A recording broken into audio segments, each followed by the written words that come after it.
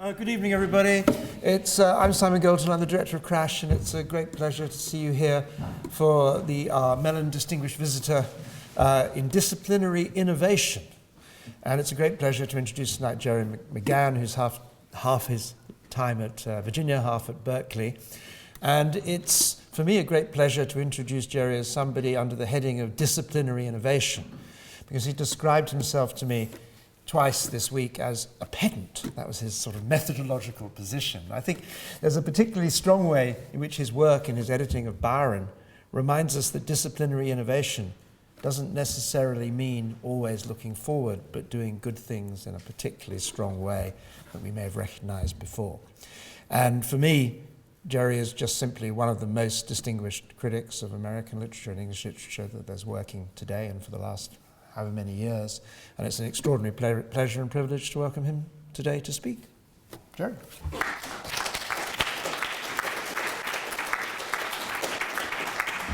Thank you. It's a great pleasure to be here. I know it's perfunctory in a way to say that, but it is. I haven't been here for about 7 or 8 years, and I've had some of the best times of my life here, intellectual exchanges, not least of all this time, Simon. Thank you for asking me. The seminars that we've been involved with, I can't tell you how much they reminded me of the 10 years I was at University of Chicago, where I basically learned what intense and serious intellectual exchange was about. And it was so much like that these last 3 days. So those of you who are here, Ruth, other people who are here, I have had a wonderful time. And so thank you. Let me just get into this. About 2,500 years ago, Socrates and Plato spent their lives promoting the thought that there is nothing at the same time finer and more practical than the truth. Their key word was aletheia, usually translated truth, or more accurately, I suppose, the disclosure of an obscured or a hidden reality. C.P. Snow's two cultures have championed and pursued that idea ever since. And that's what I want to talk about today, the education and scholarship that promotes truth and method as an ethical practicality. Because that subject now is shaped online and in digital circumstances. It's often approached as a technical problem of epistemology, management, economics, or institutional policy. After all, we are data point functions in a complex internetwork of social media. But that's exactly why the problem of truth and method is and has always been an ethical problem, pressing for ourselves as individual moral agents, and why it has had certain highly charged mythic names like Socrates, Dr. Faustus, Victor Frankenstein, Ahab. Each brings an ethical emergency into sharp focus. Edward Snowden is the mythic name for the ethical emergency of our time. Most of the people I'll talk about, we wouldn't call scholars today. I mean, the people I'll talk about today, least of all characters of myth. All of them are Americans. A choice I make for 3 reasons. First, I am their secret sharer, for better and for worse. I see them from an inner standing point. Second, Americans have always had a decided yen to throw technical resources and solutions at every kind of problem. And third, the American empire is a virtual empire, and Edward Snowden is the empire's demon child. Some of the people I'll discuss are celebrated Americans, like Emerson and Thoreau. One is less celebrated, but in my view, perhaps no less glorious, the environmentalist Barry Lopez. And one other is more famous than he is celebrated, Vice President Cheney. 2 card-carrying scholars will also make an appearance. With respect to our space-time and my interests, all are what Emerson would call representative men. They help me think about the place of scholarship and education in our mediated and furiously presentist world. Scholarship and education are particular vocational obligations are increasingly organized through automated data machines and the social agents that manage them. This institutional effort to save, share, augment, and engineer knowledge and information with digital resources is alternately lamented and extolled by humanist scholars. And it's, in each case, with very good reasons. Consider the plus side.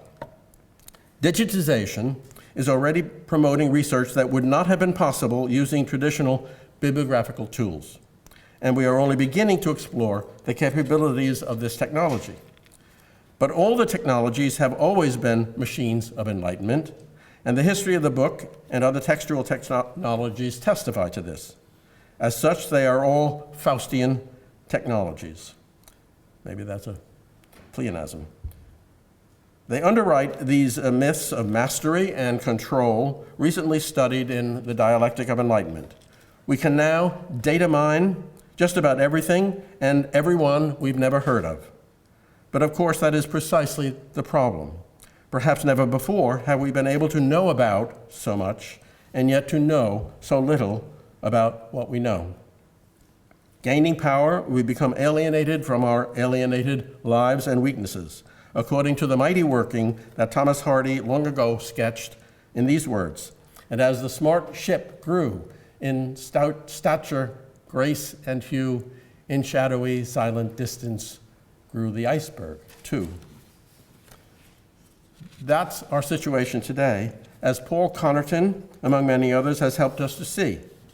But it's a situation with a long history, probably as long as human history. Here, my pitiful American view picks up from August 1837, when Ralph Waldo Emerson delivered a lecture to the Phi Beta Kappa Society in Cambridge. It would be my country's most influential manifesto for the scholar's life. Working from an image of the soul erect and unconquered still, Emerson elaborated what he called a theory of the scholar's office. To read all books, the one in all books, the one incorruptible text of truth. Not the least significant feature of Emerson's lecture was the public context in which it was delivered. 3 months earlier, in mid-May, the United States had begun its long plunge into the depression that historians call the Panic of 1837, an economic crisis that would last, like our own recent one, for 7 years. Reflecting on that emphatic and universal calamity, as he called it, Emerson decided to inquire if the ideal might not be tried as an inspiration to a generation bankrupt of principles and hope. That inquiry became his famous lecture of 29th of August, The American Scholar. Emerson wanted Americans to embrace what he called in a later lecture the spiritual laws of the sovereign individual. As he majestically declares, the true scholar is the only true master. He learns that he who has mastered any law in his private thoughts is master to that extent of all men whose language he speaks, and of all into whose language his own can be translated. So for Emerson, the Panic of 1837 was the recurrent legacy of the commodity masters of America. Yet that commercial power was for Emerson not masterful but anarchic. To escape subjection to its anarchs, one must first recognize how nature is the first of importance of all of our influences upon the American scholarship, of what he called man-thinking. This is the lecture's initial move. And the question is definitely how rather than why. For Emerson's nature is an ideal system obeying what he calls a law which is also the law of the human mind that works to discover the law. Cultivating an interchange with nature, Emersonian man discovers the principle that gives him mastery. It is the idea of an implicate order realized as idea before it ever need be, or even could be, or even should be, realized in fact. Emerson will spend a lifetime generating further figures to show how nature's laws are the laws of the human mind. But his ideal conviction concealed a real problem. Once man thinking has seized this idea, What need of an empirical pursuit? Might man thinking, Emerson thinking, actually not know his own mind, or for that matter, nature? Indeed, might the mind's sovereign idea rather be, and this was Poe's darkly comic thought about transcendentalism, the pursuit of illusions, of how it is what he called a becoming creator of illusions. These are the kinds of questions lying behind the persistent judgments initially brought against Emerson by Poe and reinforced by later readers, that he made a false homology between the human condition and the state of nature. Poe was Emerson's Blakean contrary, far less a critic of his limitations than, like Melville, the dark interpreter of his genius. The best critic of Emerson is his best and most assiduous student, Henry David Thoreau. We now see pretty clearly how Thoreau moved gradually, partially, and self-conflictedly beyond the program of Emersonian transcendentalism and the scholarly ideas it pursued. Thoreau became increasingly interested in defining nature's structure, both spiritual and material, for its own sake, as against how nature might subserve humanity, which was Emerson's primary consideration. In Thoreau, we read the story of a person learning how to learn by submitting to a far more demanding teacher than Emerson. It was a teacher who Thoreau came to understand spoke an entirely foreign language. Bradley P. Dean called it the language of trees, because Dean focused on a dialect that Thoreau came to study more closely than its other dialects. For instance, the language of fauna, of stones, of water. But Thoreau was well acquainted with nature's entire family of languages, and in his Walden experiment, he proved so arrested by those languages that one or another of nature's native speakers would sometimes even address him directly. For example, Walden Pond itself, according to Thoreau, speaks many dialects, and all are in communion with the dialects of the other ponds in Walden's neighborhood, he says. Fishermen, he reports, say that the thundering of the pond scares the fishes and prevents their biting. But neither they nor Thoreau are certain what the ponds are saying in their winter words, or even if it is the ponds and not some other communicant who are speaking to the fish. But Thoreau senses that he is immersed in a scene of complex communicative exchange and action that he does not understand. This is Thoreau. The pond does not thunder every evening, and I cannot tell when to expect its thundering. But though I may perceive no difference in the weather, it does. Nature, so to speak, speaks a different language, or perhaps many different dialects of a single language. So foreign is this family of languages to human persons that a true and useful acquaintance only begins when you realize you will never master any of them. Consider Thoreau's famous encounter with Mount Katahdin. Vast, titanic, inhuman nature has got him at a disadvantage, caught him alone, and pilfers him of some of his divine faculty, him being a human being. She does not smile on him, Katahdin. She does not smile on him as in the plains. She seems to say sternly, "Why came you here? I have never made this soil for your feet, this air for your breathing, these rocks for your neighbors. Here is no shrine, nor altar, nor any access to my ear. Chaos and ancient night. I come no spy with purpose to explore or to disturb the secrets of your realm, but as my way lies through your spacious empire up to light." Katahdin stands to Thoreau as chaos and ancient night stand to Milton's Satan. Both are scenes of alien encounter. But Milton gives Thoreau a way to meet Katahdin on equal terms because they speak the same language, as Thoreau and Katahdin do not. What Thoreau reveals in this famous passage is the significance of differential knowledge and differential relations. The Emersonian scholar, man-thinking, proves his mastery when he realizes the correspondence between man and nature. As Walden shows, man-thinking is equally the pivot point of Thoreau's work. but Thoreau's figural flights keep colliding with the intransigence of an instructive and alien world. Katahdin, the ponds of Walden, seasonal weather, the clay and sand flowing down the sides of a deep cut on the railroad. These are home to Thoreau's brute neighbors who overthrow the higher laws of the transcendental program. In Emerson, man thinking takes communion with a mysterious nature and discovers the mastery of metaphoric translation. But in Thoreau, communion leads finally to translational and metaphoric breakdown.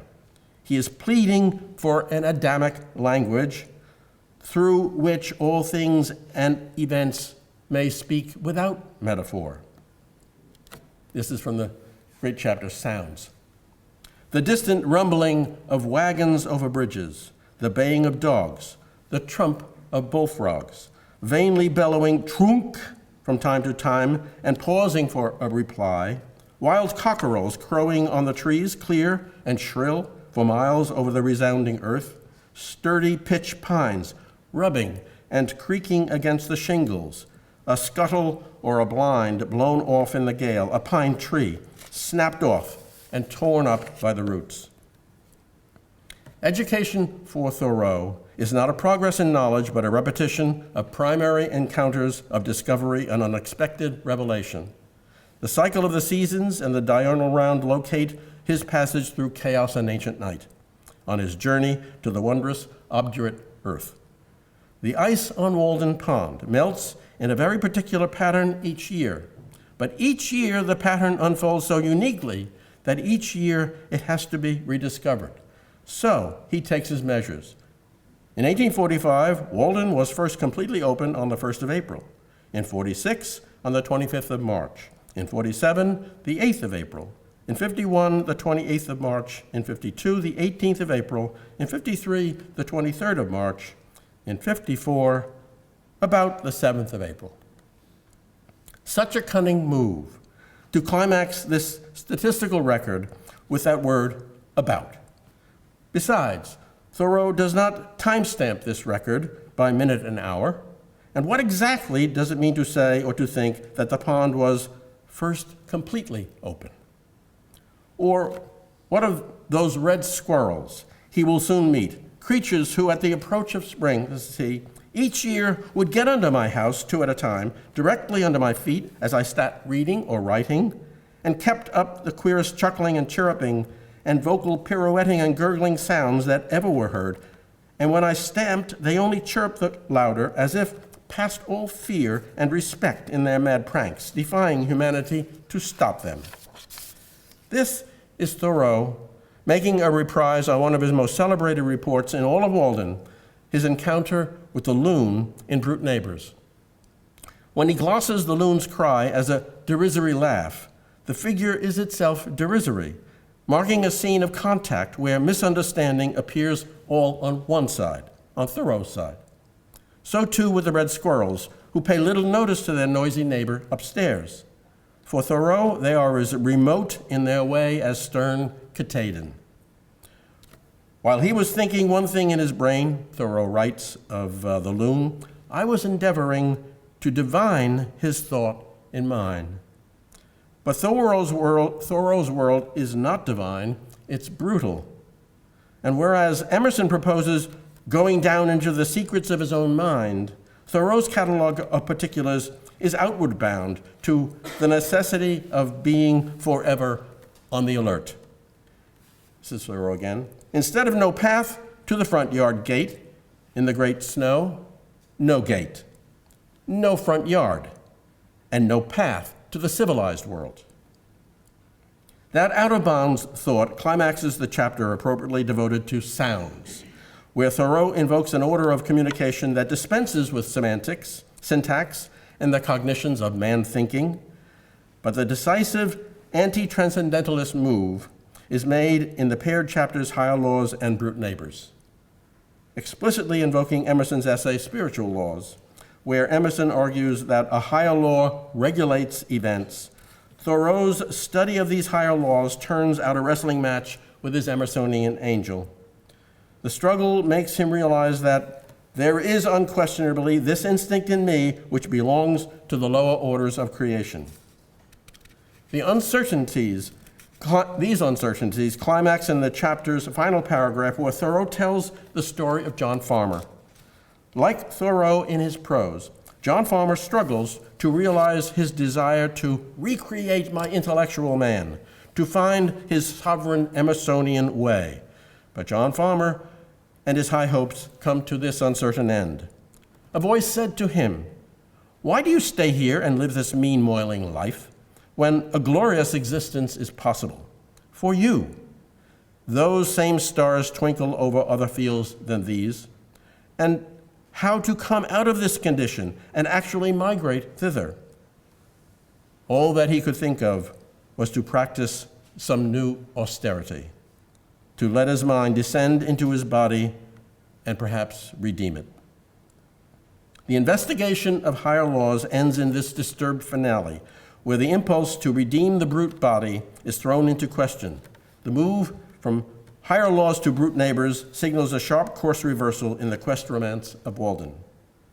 Redemption, it turns out, is not a descent from above. The chapter opens when a certain poet unexpectedly arrives to invite Thoreau, who calls himself here hermit, to leave his reflective isolation and come a-fishing. The invitation sets hermit thinking once more on higher and lower things. Shall I go to heaven or a-fishing? He wonders. When he decides against heaven and for fishing, the event delivers him from new austerities to the wonders of the imbruted world. The mice which haunted my house, a phoebe, a robin, the partridge leading her brood past my windows. These brief encounters draw him out further and in deeper through the chaos and ancient night of the embattled ants, the famous embattled ants, and then on to the demoniac loon. A less extravagant person than Thoreau might have climaxed his sojourn among the brute neighbors with that famous encounter with the loon. But the episode of the loon is actually anticlimactic, for Brute Neighbors has one more paragraph of brutish revelation. Once again on the alert, Thoreau watches the ducks cunningly tack and veer and hold the middle of the pond, far from the sportsman. Wise ducks, Thoreau is thinking. But the thought is quickly trumped when he thinks again that these are tricks which the ducks will have less need to practice in Louisiana bayous. Beyond these thoughts of man thinking lie the astonishing wisdom of the ducks. What depths of knowledge do they possess that they understand so well how to manage the shifting circumstances of their migrating lives? If hunters are everywhere, Walden Pond and a Louisiana bayou are worlds apart, and so are the hunters, and so are the ducks. Besides, some hunters are actually going fishing. Thoreau marks his decision to go fishing with a memorandum. There never is but one opportunity of a kind. That apothegm has the form of a generalization or a law, but its focus is entirely on differentials and variants. Opportunities are one of a kind, and so are experiences and all the singularities that comprise them. Thoreau's studies of nature keep drawing him toward what Alfred Jarry would soon call a science of exceptions. Today, we may be surprised to recognize Jarry's pataphysical science, as he called it, as the shaping spirit of environmental studies. But listen to Barry Lopez. The world of variables is so astonishingly complex that it seems a reflection of that organization of energy that quantum mechanics predicts for the particles that compose an atom. An evaluation of a stretch of land. I'm going to be weaving in Lopez quotes here. An evaluation of a stretch of land, he observes, no matter how profound or accurate, will always seem inadequate. For the land retains an identity of its own, still deeper and more subtle than we can know. So too for all the land's creatures, flora and fauna, where knowledge and power abide beyond the range of our knowledge and power, if not beyond the range of our attention.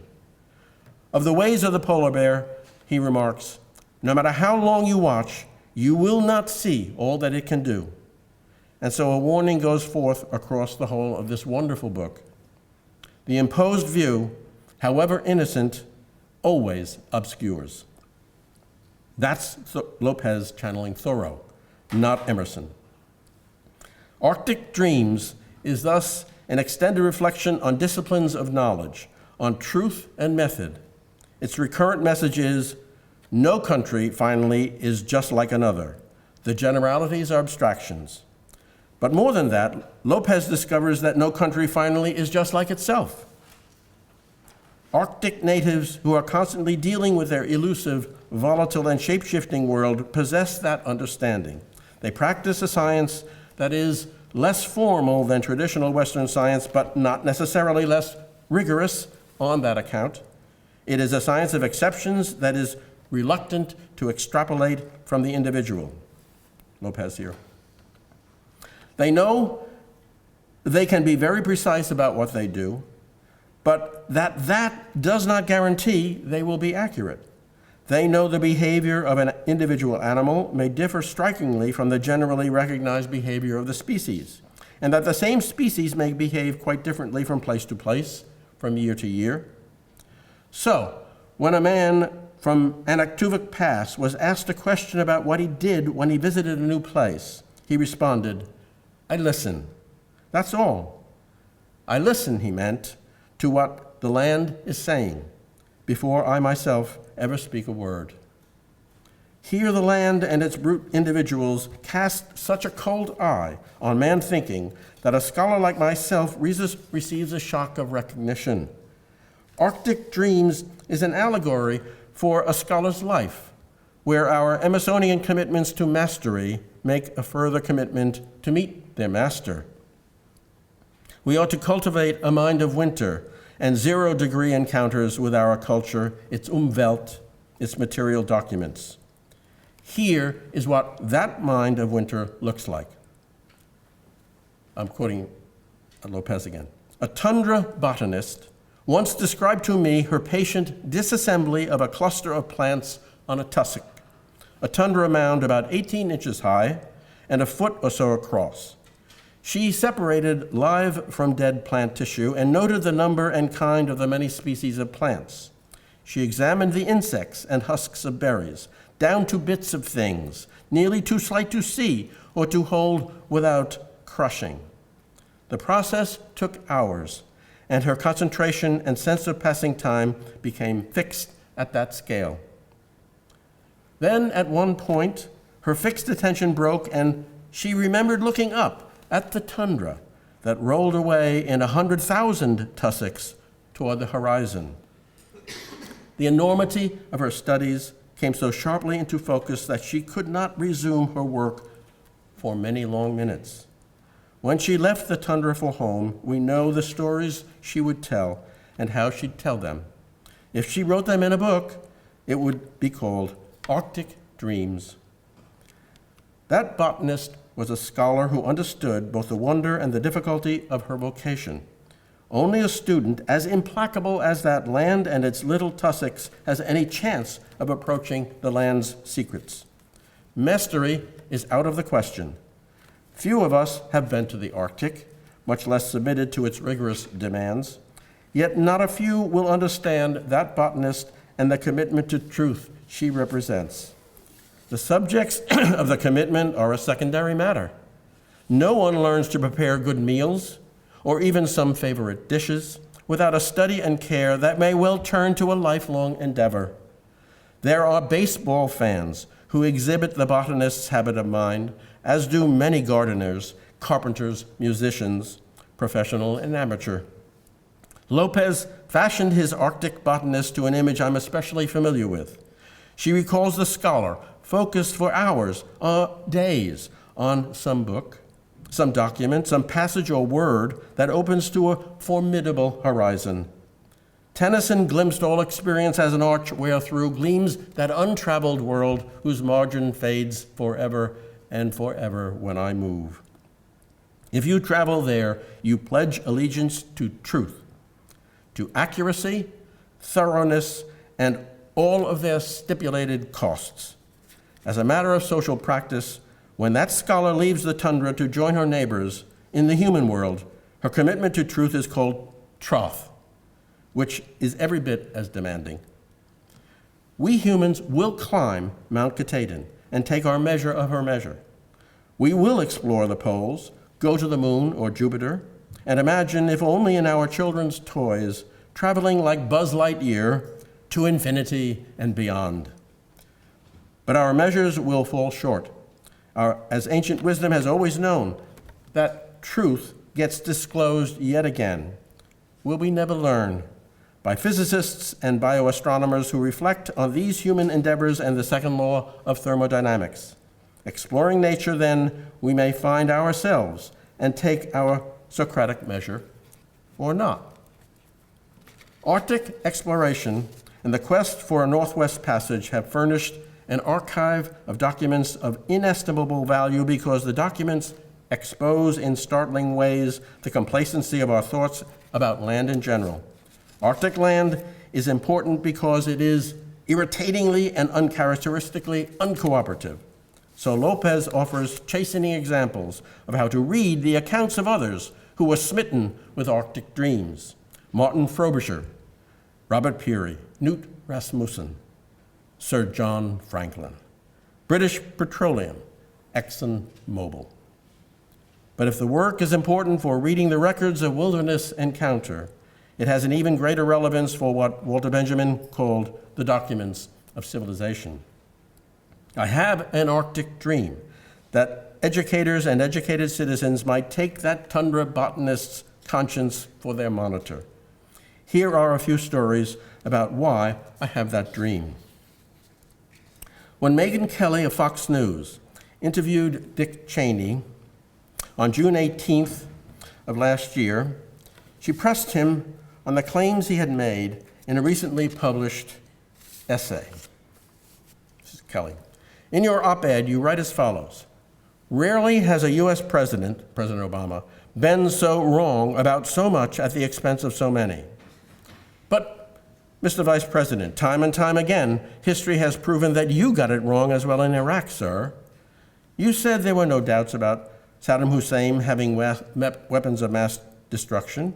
You said we would be greeted as liberators. You said the Iraq insurgency was in the last throes back in 2005. And you said that after our intervention, extremists would have to, quote, rethink their strategy of jihad. Now, with almost $1 trillion spent there, with 4,500 American lives lost there, what do you say to those who say you were so wrong about so much at the expense of so many?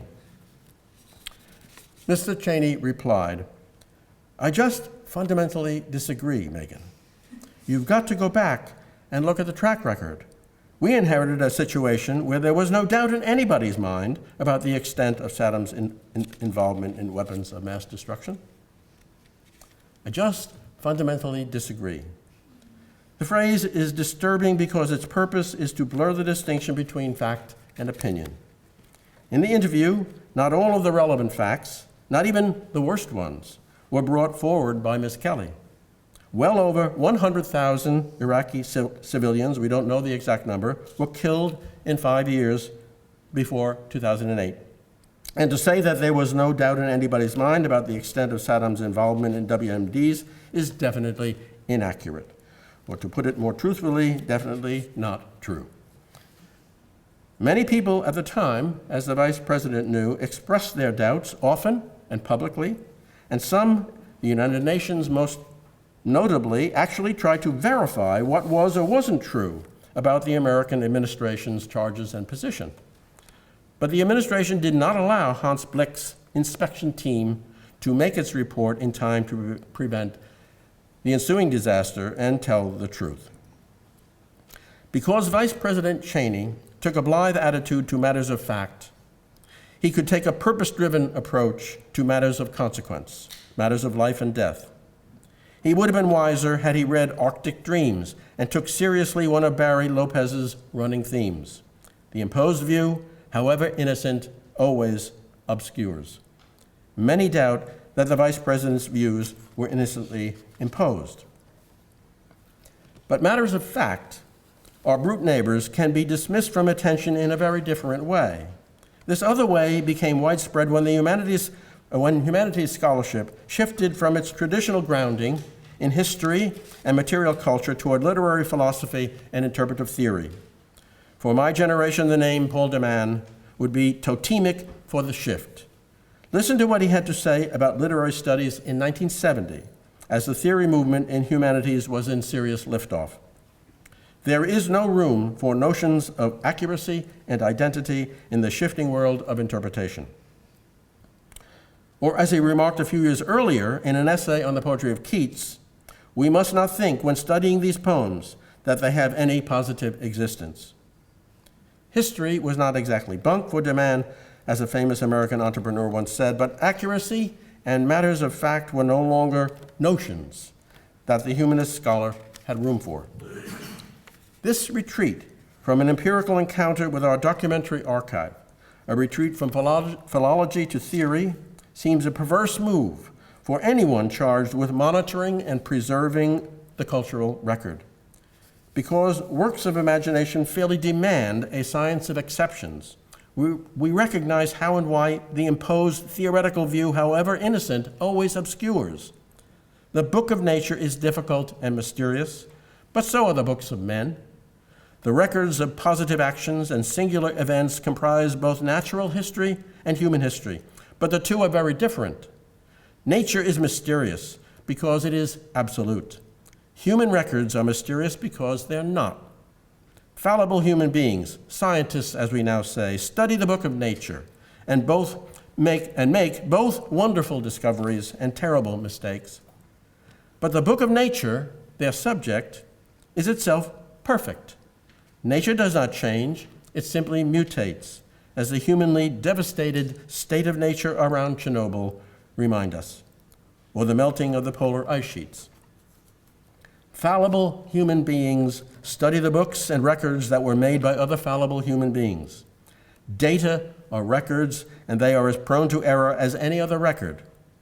Worse yet, all these imperfect records are always fallibly preserved and imperfectly passed along to other fallible beings. Skeptics might call that a house built on sand. It's actually more like a house resting on the backs of those famous turtles that, as we say, go all the way down. You need a lot of sympathy when you practice the human sciences. For the humanist, it's human beings, natural, mortal, all the way down through our chaos and ancient night. Socrates proposed that knowledge should be understood and pursued as complete self-reflection. That was an impossible proposal, as he well knew. He thought he was wise because he knew nothing for certain. We call his knowledge program the Hellenic vision of truth. In the West, we know its complement as the equally impossible Hebrew or Christian or Islamic vision. These are the visions of the people of the book, who practice an equally impossible task. The Bible is our normative book for studying human history. And why? Because as a book of truth, it is also an imperfect book, full of error and evil, what Poe called the good and the bad and the worst and the best. But like the hard sciences, the human sciences have systematic methods, and you can see why. Humanists need as much rigor and system as we can muster because everything we study, including ourselves, is so unreliable. The book of nature is rock solid. The word of God is turtles all the way down. So are the humanities, which have to be prosecuted then as an art. That is, less under the rule of his theory or idea and more as a regimen of careful practice. As one of our greatest humanities scholars once observed, humanistic study is like fishing. You only become good at it by patient and repeated experience, and by scrupulous attention to what, where, how, when, and why you're doing it. Scrupulous attention to the specific and positive existence of the human record, past as well as ongoing present. Mark Twain called all of that life on the Mississippi. You have to know the land, the river, the seasonal shifts, the weather conditions, and all their unpredictable history. And like Twain's river pilots, scholars have to know it at first hand in actual contact with the documentary record, and you have to know it repeatedly. Finally, you also have to know it through the first-hand knowledge of others whom you know to have long-standing experiential credentials. Those are the people you go fishing with. Those are the people whose humanities scholarship makes a difference. In the shifting world of the human sciences, accuracy is imperative, as much as you can manage. We can't make reliable judgments without being confident that we have accurate information, which is to say, reports that mean to be candid, honest, and as thorough as possible. The best we can say of Vice President Cheney is that he was optimistic in his reports, and that seems the truth. The additional truth is that he was dishonest, and still is, and his model of discourse is in wide circulation today. People with a commitment to knowledge and truth, people from every quarter of the social and political landscape, recognize dishonesty. The recognition is nonpartisan and interdisciplinary, a function of a common, if differently shaped, vocation to truth. But to give that vocation force, you need more than the commitment of a sovereign individual, as Emerson, more than Thoreau, actually understood. The scholar has a pastoral office to fulfill. It's not all theology and shop talk. I like to think that de Man would have been appalled at the Vice President's cavalier attitude toward accuracy and factual truth. But de Man's skepticism about human knowledge, about the positive factual record, was, if not dishonest, misguided. It set an unreliably narrow model for human studies. I know a better model, or at least a story about a better model. It's a story about another scholar, a greater scholar than de Man, in my judgment, though one far less famous or infamous. He was an assistant professor of Greek and Latin at Harvard. His name was Millman Parry, and he died fairly young, at 33 years of age. In 1934, the year before he died, he delivered an address to the Board of Overseers of Harvard College. Though it bore an unprepossessing title, The Historical Method in Literary Criticism, Parry delivered it because he was troubled by a crisis in the humanities. Even in 1934, there was a crisis in the humanities. Yes, as there was in 1837, when Emerson himself engaged the crisis in a lecture to exactly the same board. In truth, I think the humanities have been in a regular state of crisis, at least since the 18th century. Crisis has become the modern fate of humane studies, whose vocation is the pursuit of social, historical, and personal truth and the preservation of the record of those pursuits. These are obligations that humanists undertake knowing they are impossible to fulfill.